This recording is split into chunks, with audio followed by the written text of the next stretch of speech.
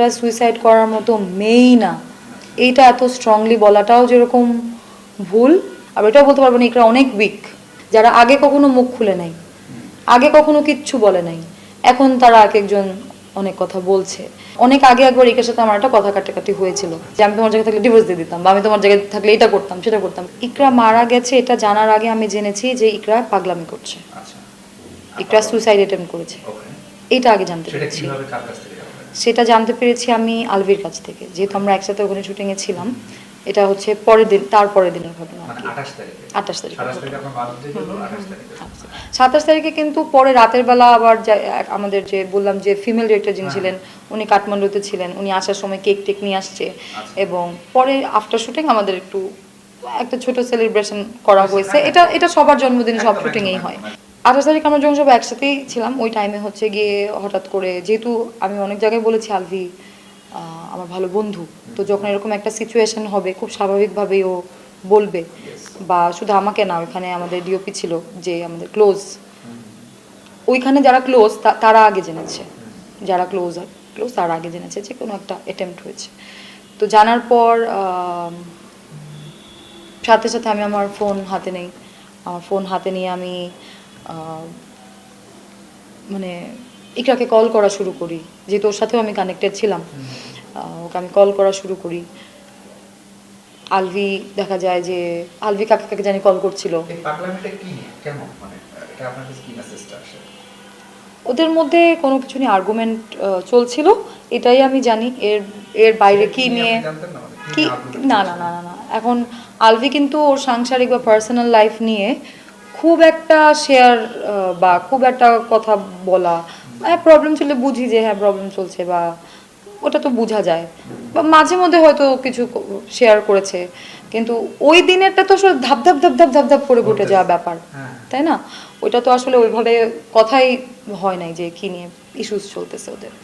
ওর বাসায় যে অ্যাসিস্ট্যান্ট অর্ক, ওর সাথে মনে হয় আলভি যোগাযোগ করেছিল তার আগেই, যে রুমে যেয়ে দেখতে, ততক্ষণ অর্ক অলরেডি ওইখানে গিয়ে নকটক করছে। এই টাইমটাতে আমি ইকরাকে ফোন দেওয়া শুরু করেছিলাম বেসিক্যালি।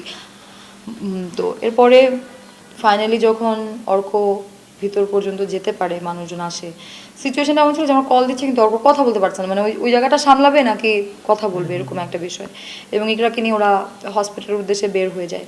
এরপর আমি অর্ককে কিন্তু ননস্টপ কল দিচ্ছিলাম, মানে আমি অর্ককে দিচ্ছি, আমাদের একটা ভাই আছে আলভি তাকে দিচ্ছে, মানে যে যাকে পারছি, কারণ আমরা তো দেশের বাইরে এবং নিরুপায় এবং অসহায়। তো সেই জায়গা থেকে ওইখানে দেশে যারা আছে তাদেরকে রিচ করার চেষ্টা করা হচ্ছিল, যাদের কথা মাথায় আসছিল।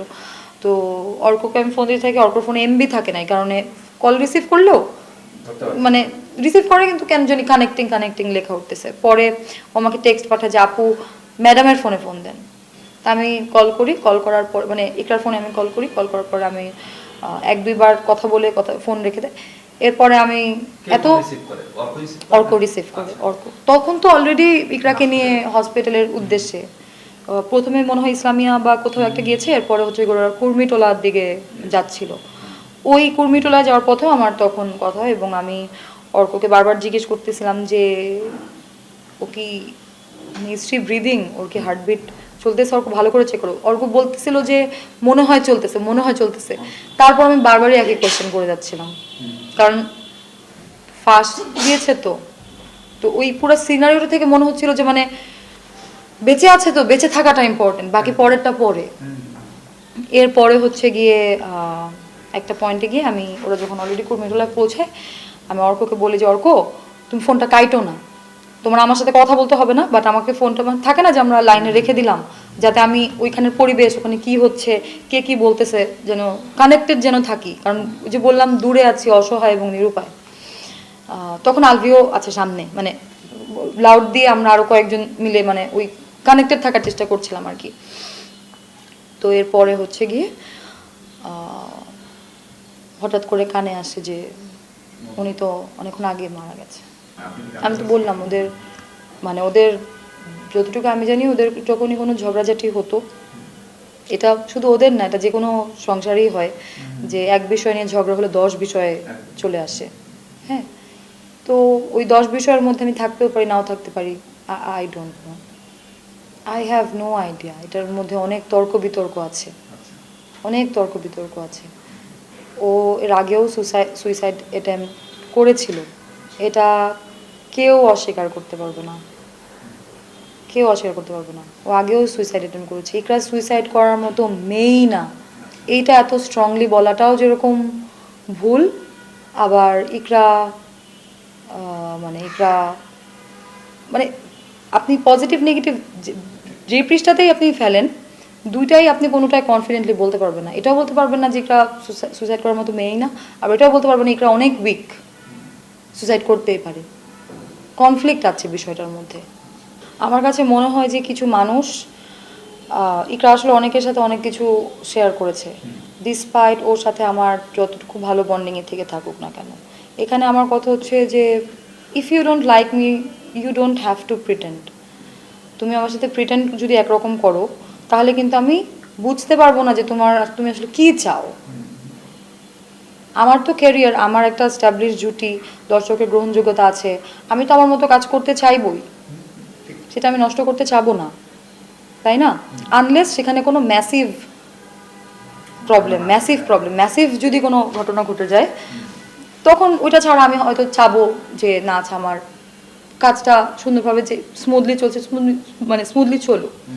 অনেকের ক্ষোভ আছে, আলভির সাথে ব্যক্তিগত রেষারেষি আছে, এবং যেহেতু আমরা স্টাবলিশ জুটির পাশাপাশি খুব ভালো বন্ধু, সেটে আমাদের অনেকে খুনসুটি দেখেছে, সেটে আমাদের সেটের মধ্যে আমাদের যে বন্ডিংটা থাকে সেটা দেখেছে, হয়তো সেই জায়গা থেকে বলছে, বা ইকরা অনেক ওর ফ্রেন্ডদের সাথে অনেক কিছু শেয়ার করেছে। তো যেহেতু অনেক কিছু শেয়ার করেছে, তো এত কিছু যেহেতু ও শেয়ার করেছে, সো হয়তো অনেকের কাছে মনে হচ্ছে যে তিথি এখানে দোষী। কিন্তু আমি না ওই সময় দেশে ছিলাম, না আমি ইকরাকে কোনোদিনও আত্মহত্যার জন্য প্রভোগ করেছি। ইনফ্যাক্ট আই হ্যাভ প্রুভ, আমি দেখিয়েছি যে, বা আমি দেখানোর আগে আমি বলেছিলাম যে ইকরা ওর ফ্যামিলি ম্যাটারেও যখন কথা বলেছে, আমি সবসময় ওর সাথে পজিটিভভাবে কথা বলেছি। ও যখন ওর সাংসারিক ব্যাপারে ফ্রাস্ট্রেশনের জায়গা থেকে ও কিন্তু অনেক মানুষের সাথেই ওর সাংসারিক ব্যাপারে শেয়ার করতো। ইতিমধ্যে আমরা দেখেছি যারা আগে কখনো মুখ খুলে নাই, আগে কখনো কিচ্ছু বলে নাই, এখন তারা এক একজন অনেক কথা বলছে। তো ও কিন্তু অনেকের সাথেই এগুলো শেয়ার করতো। আমরা কিন্তু ইউজুয়ালি চেষ্টা করি যে আমাদের পার্সোনাল ম্যাটার সবার সাথে আমরা শেয়ার করি না। ওর ফ্রেন্ডদের সাথে তো অবশ্যই করবে, যারা ক্লোজ ফ্রেন্ড তাদের সাথে অবশ্যই করবে, বাট ক্লোজ ফ্রেন্ড ছাড়াও কিন্তু অনেকের কাছেই শুনলাম যে ইকরা তাদের সাথে শেয়ার করেছে, তারা নাকি আগে থেকেই জানতো। ওর ফ্রাস্ট্রেশনের ব্যাপারটা যখন আমার সাথেও শেয়ার করেছে, আমি কিন্তু ওর খুব আহামরি ক্লোজ না, কিন্তু ও কিন্তু শেয়ার করেছে।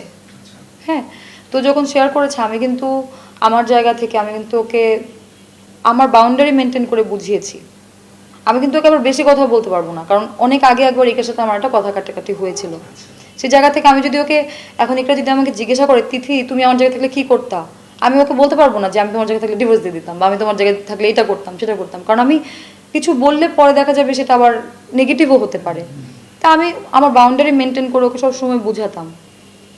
বা ও যখন আলভির সময় দেওয়া নিয়ে কথা বলতো যে আলভি কতটুকু সময় দেয়, কতটুকু সময় দেয় না, কতটুকু সময় দেয় কতটুকু সময় দেয় না, এটা আসলে আমরা বুঝিয়ে একটা আমরা যে প্রফেশনে আছি এখানে থেকে কতটুকু সময় দেওয়া পসিবল, এবং সেই পসিবল টাইমটুকুর মধ্যে আসলে সময় দিয়েছে কিনা, এটা তো আসলে আমরা আরেকটু ভালো মতো স্টাডি করলে আমরা জানতে পারবো বা আমরা দেখি। কিন্তু ও আমার সাথে এগুলো শেয়ার করলে ওকে আমি বুঝাতাম যে প্রফেশনটাই এরকম, বা আরে বোকা তোমাদের দেখবা যে এখন দূরে আসে না, এই কারণে বেশি যন্ত্রণা হচ্ছে, আলবি ঢাকা গেলেই সব ঠিক হয়ে যাবে, এরকম কনভারসেশন ওর সাথে আমার হয়ে।